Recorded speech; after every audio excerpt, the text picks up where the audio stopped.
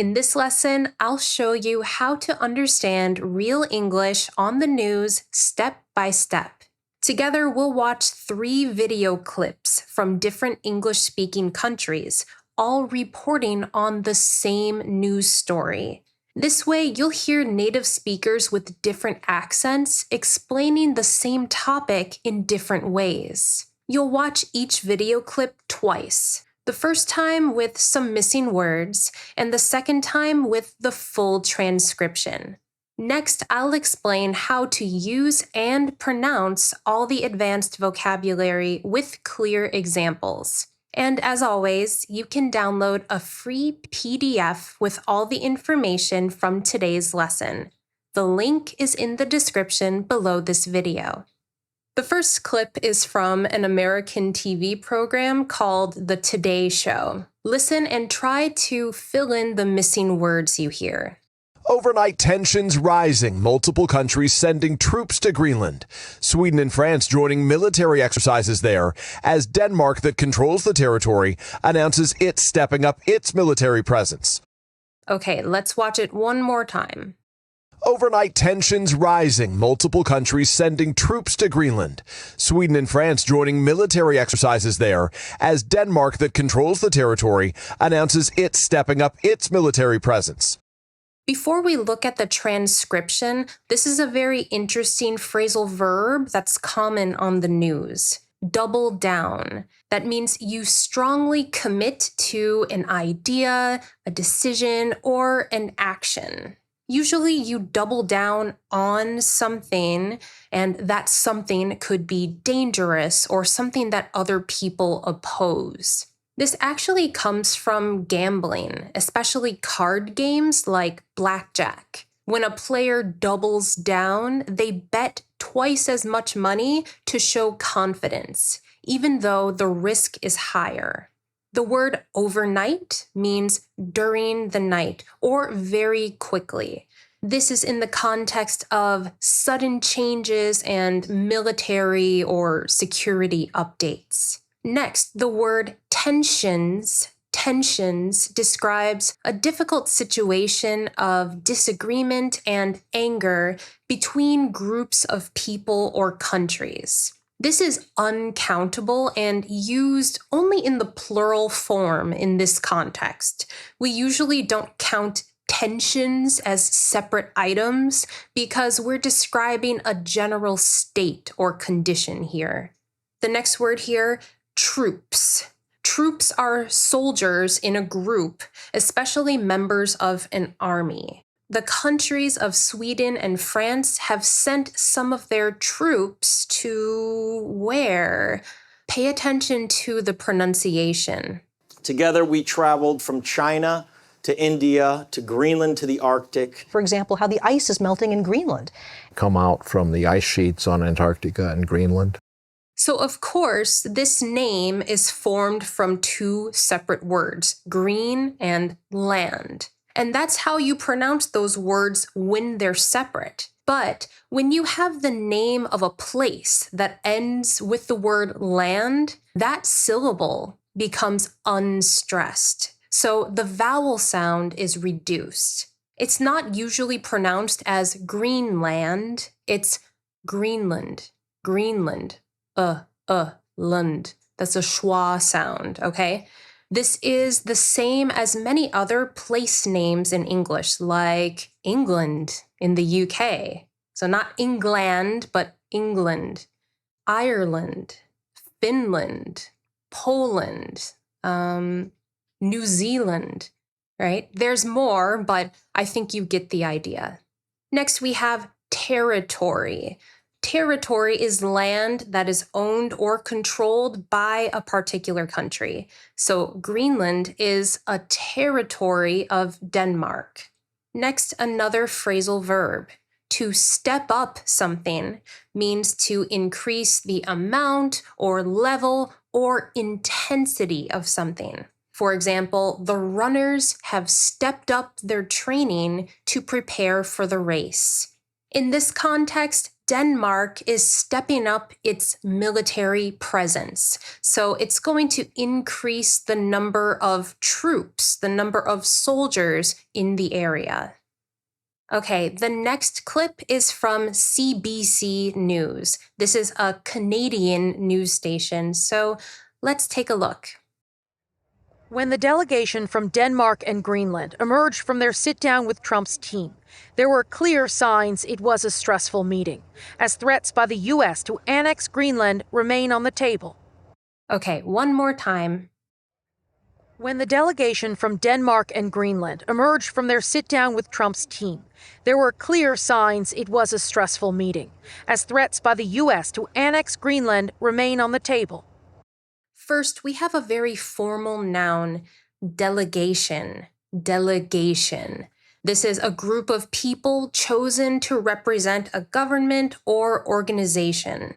The delegation is composed of two people, the foreign ministers of Denmark and Greenland.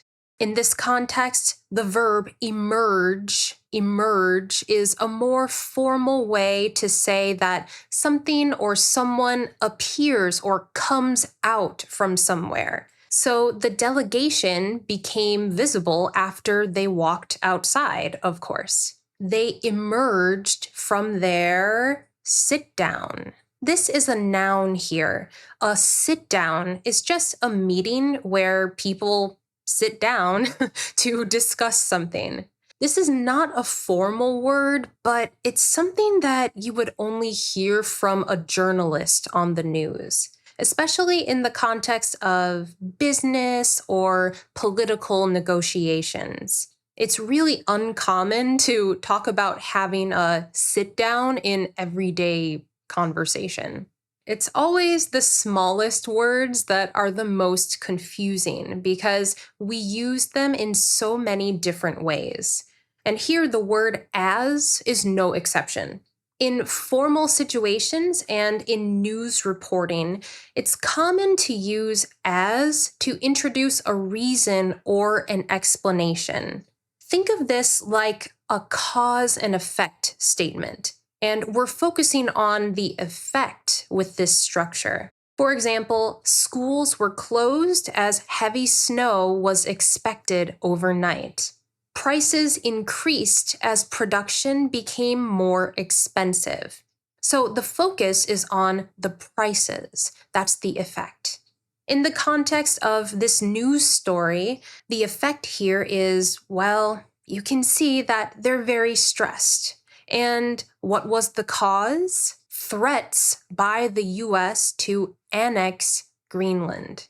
Let's talk about these two words. First, a threat. Threat. This is a warning that there will be trouble or danger if a request is not accepted. Basically, these are words used to scare or pressure someone in order to get what you want. And here we have a formal verb, to annex. Annex. That means to take control of another country or region, usually by force. Finally, we have a very useful idiom in the context of decision-making or negotiating. If something is on the table, that means it's available to be considered as a possible option. For example, buying a house this year is too expensive, but renting a larger apartment is still on the table. So this is still a possibility that we will consider. Sorry, going on vacation this summer is completely off the table. We need to save money. This is the opposite. If something is off the table, it's not possible anymore. No more discussion. Okay, our last clip is from BBC, which of course is a British news company. I decided to separate this into two parts because there's a lot of great vocabulary to talk about. Let's watch the first part.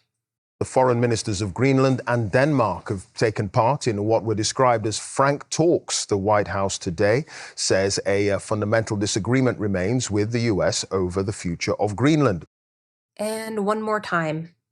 The foreign ministers of Greenland and Denmark have taken part in what were described as frank talks. The White House today says a fundamental disagreement remains with the US over the future of Greenland. Here we have a useful verb collocation, to take part in something.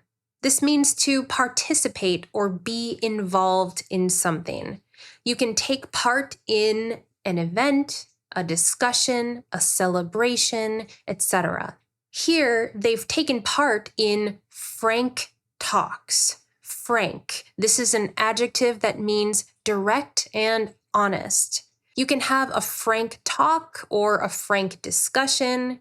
You can give frank criticism, but this word can also describe someone's personality. A frank person is not afraid to say what they really think, even if the truth is a little uncomfortable or unpleasant. Next, a more formal noun collocation. A fundamental disagreement. A fundamental disagreement. This is a very deep difference of opinion about an important decision, belief, or plan. So if two sides disagree on the central, most basic part of something, that is a fundamental disagreement that's very difficult to resolve. Let's watch the next part of the video. Donald Trump says it's vital the US gains control of the Arctic island, which is a semi-autonomous territory of Denmark, to stop China or Russia from occupying it. The White House hasn't ruled out taking Greenland by force. One more time.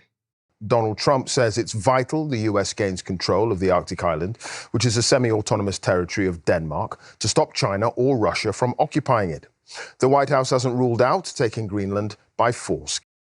Something that's vital is extremely important or necessary for something to be successful.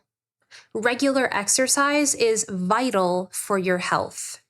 Trust and communication are vital parts of any relationship. Notice the pronunciation of the word island here. The first vowel is pronounced with a long I sound. The S is completely silent. And just like the word Greenland, we reduce the vowel sound in the last syllable because this is unstressed. Island, island. Okay, here's a nice formal adjective. Let's focus on the main part first. Autonomous. 4 syllables, stress the second syllable with a strong T sound. Autonomous. This means that something is independent and is free to control itself. You usually hear this in the context of government or systems. Before this, we have the prefix semi, which means partially but not completely. You'll see this sometimes before other words. For example, you can use semi-permanent hair dye to color your hair. The color will stay for a while, but it will disappear after a few weeks or sometimes a few months of washing your hair. It's semi-permanent. So Greenland can make many decisions on their own, but they're still under the control of Denmark. This is a semi-autonomous territory. We talked about this word earlier. In the US and Canada, this word is pronounced with 4 syllables, territory. But you'll notice the newscaster's pronunciation of this word is reduced to 3 syllables, territory. I'm so sorry, I won't do it again. You'll hear 3 syllables in many dialects of British English and in some other dialects around the world. In their territory. Your state or territory Conquered this territory. But not all the time. Sometimes they pronounce it with 4 syllables like we do. Territory. Your territory. Territory. In this context, the word stop means prevent. So this is a really useful verb structure that you can apply to both verbs. Stop or prevent someone from doing something, or stop or prevent something from happening. I closed the window to stop cold air from entering the house. I turned off my notifications to stop myself from checking my phone at work. Remember, an action after a preposition is always a gerund. But you already know this rule if you've watched my lesson about gerunds and infinitives, right? Here, the verb occupy is a little more formal, and it means to take control of a place, often by military force.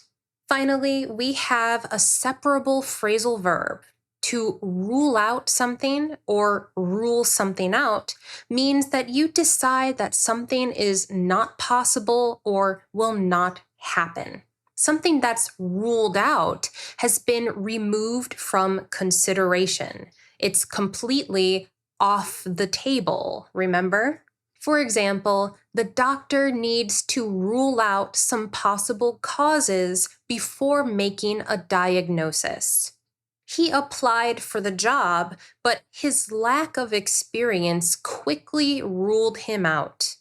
Here, this is in the negative form. The White House hasn't ruled out taking Greenland by force. That means that using force is still on the table. It's still a possibility, unfortunately. This is a good demonstration of how journalists are very cautious to avoid saying anything that sounds final or too strong. Information can change very quickly, right? So by saying that something is not ruled out or hasn't been ruled out, that's a very careful choice. They're leaving some space for change. And I really, really hope that we will see a change here. This video style was a little different than usual, but I wanted to try something new. And I really want to know what you think. Did you enjoy analyzing video clips with me? Leave a comment and let me know what types of videos I should analyze next. If you enjoyed this lesson, please like this video and subscribe to my channel. Thank you so much for watching. I'm Gina. This is Your World in English, and I'll see you next time. Bye.